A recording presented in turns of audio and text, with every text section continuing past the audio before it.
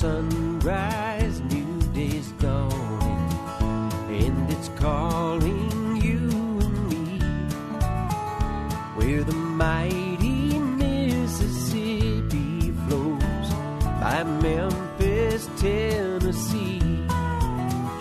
We've got woodlands, fields, and water. Hey, there is no better way. You can find out all about it on Outdoors with Larry Ray.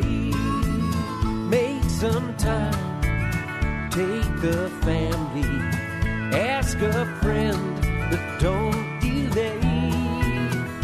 Listen up and learn about it on Outdoors with Larry Ray. Listen up and learn about it on Outdoors with Larry Ray.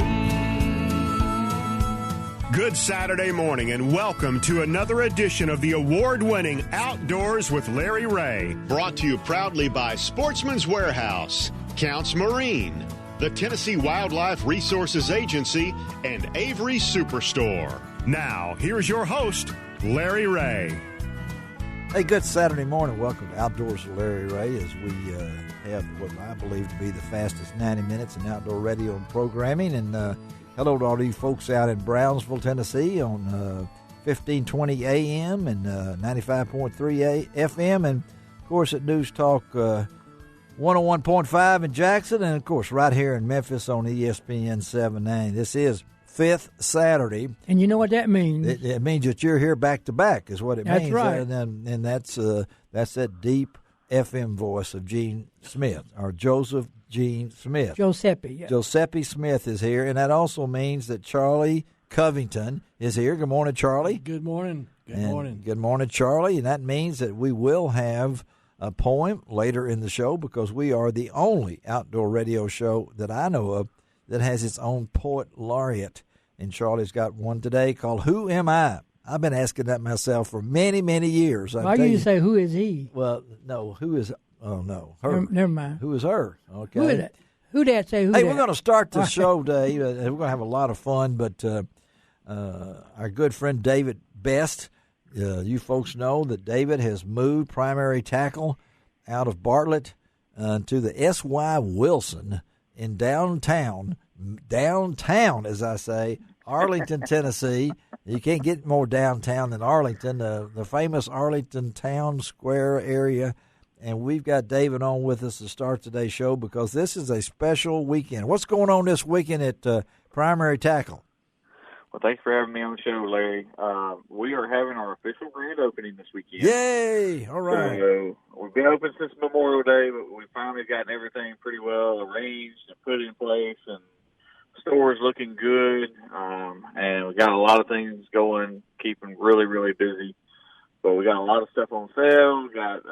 We're going to have Jimmy Washam here from 2 to 6 today. All right. Set up in a table talking with one of our Costa pros, talking about black bass tackle and some of the stuff that him and Jeremy are doing. Great. Yeah, okay. Got all kinds of stuff going on. And this is, you're going to open this morning at what time, Saturday morning here? 10 o'clock. 10 o'clock. We're here at 10. We'll be here till 6. All right, 10 to 6.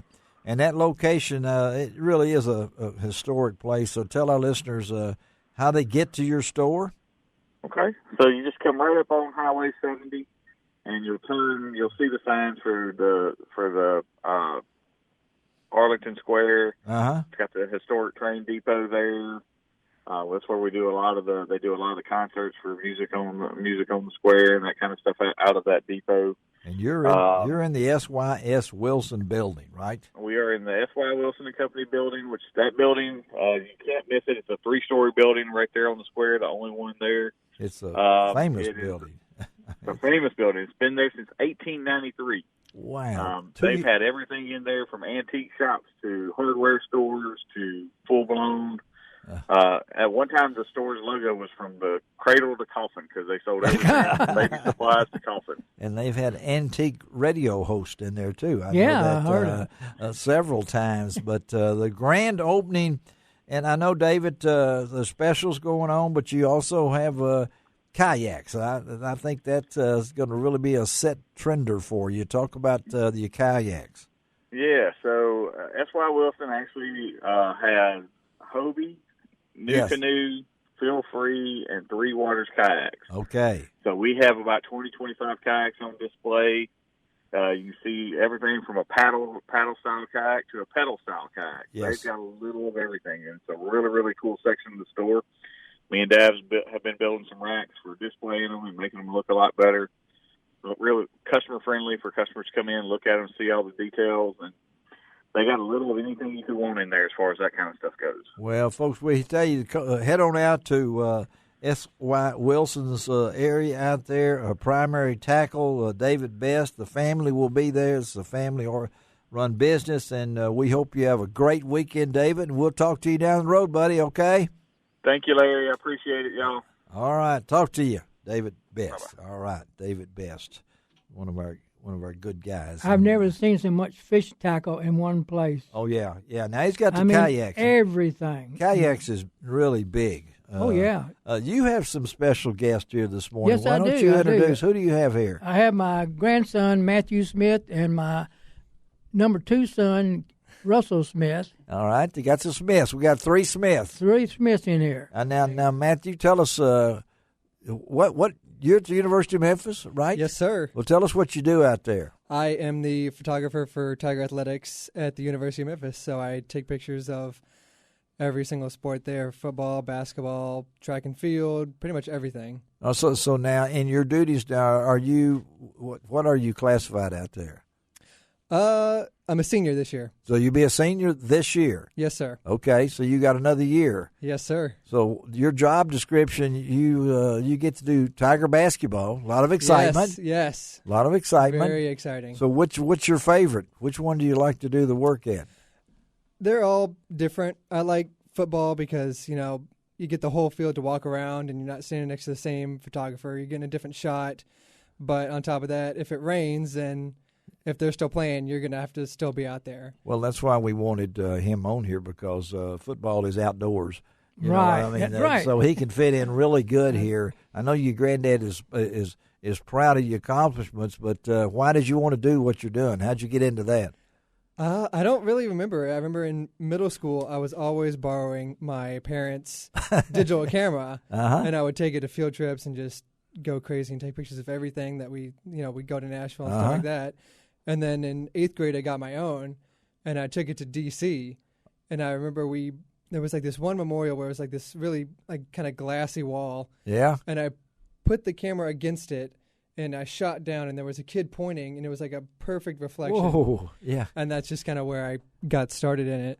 Right place, right time. Yeah, exactly. And then in high school, I joined the yearbook staff and just kept going. You didn't take everybody's mugshot, though. That wasn't part of your duties there.